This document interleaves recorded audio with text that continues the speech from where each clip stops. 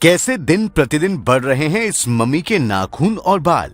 क्या है इस 500 साल पुरानी मम्मी का रहस्य? कैसे कर देती है यहाँ बैठे बैठे लोगों को ये मम्मी हैरान?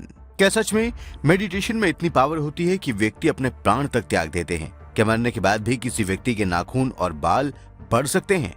क्या मेडिटेशन से लोग भगवान बन सकते हैं? दोस्तों, आज हम आपको एक ऐसी ही हैरान करने वाली द मम्मी की कहानी बताएंगे जिसको सुनकर आप भी दंग हो जाएंगे। जी हाँ, आपको बता दें कि हिमाचल प्रदेश के गिऊ गांव में दरअसल एक ऐसी मम्मी मौजूद है जो 10 साल से नहीं बल्कि यहाँ तकरीबन 550 सालों से जिंदा बैठी हुई है।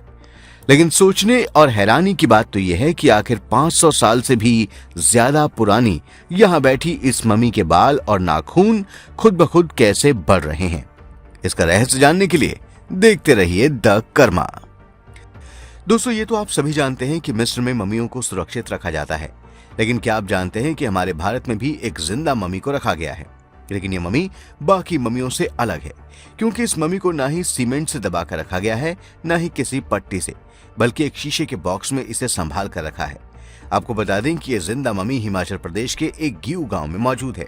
ऐसा चमत्कार देखकर गांव के लोग इस मम्मी को भगवान मानते हुए इसकी पूजा करते हैं।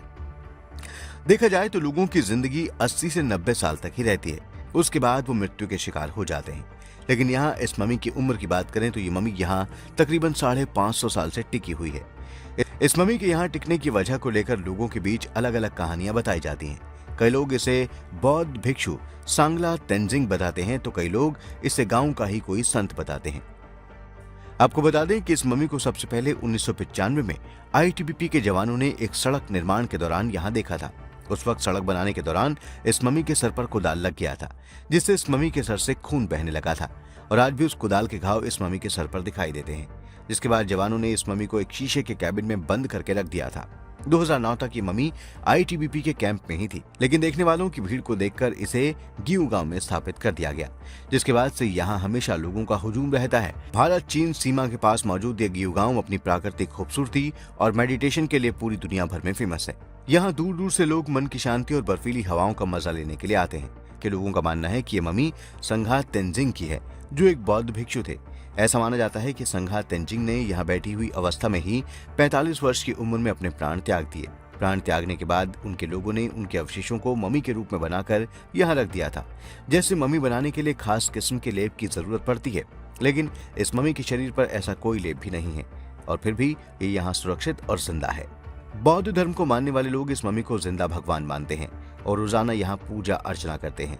इस मम्मी के बढ़ते हुए नाखून और बालों के रहस्य को जानने के लिए कई वैज्ञानिक भी यहाँ आ चुके हैं, लेकिन आज भी इस मम्मी के ये रहस्य नहीं सुलझा पाए हैं। तो दोस्तों, आप भी इस इंडिया की मम्मी को देखना चाहते हैं तो हिमाचल प्रदेश के इस गाँव में जरूर जाइए। फिलहाल आज की वीडियो में बस इतना ही। अगर आपको ये कहानी अच्छी लगी हो तो आप इसे शेयर और लाइक जरूर करें, और इसी तरह की और स्टोरीज को देखने के लिए जुड़े रहें हमारे YouTube चैनल द कर्मा के साथ। धन्यवाद।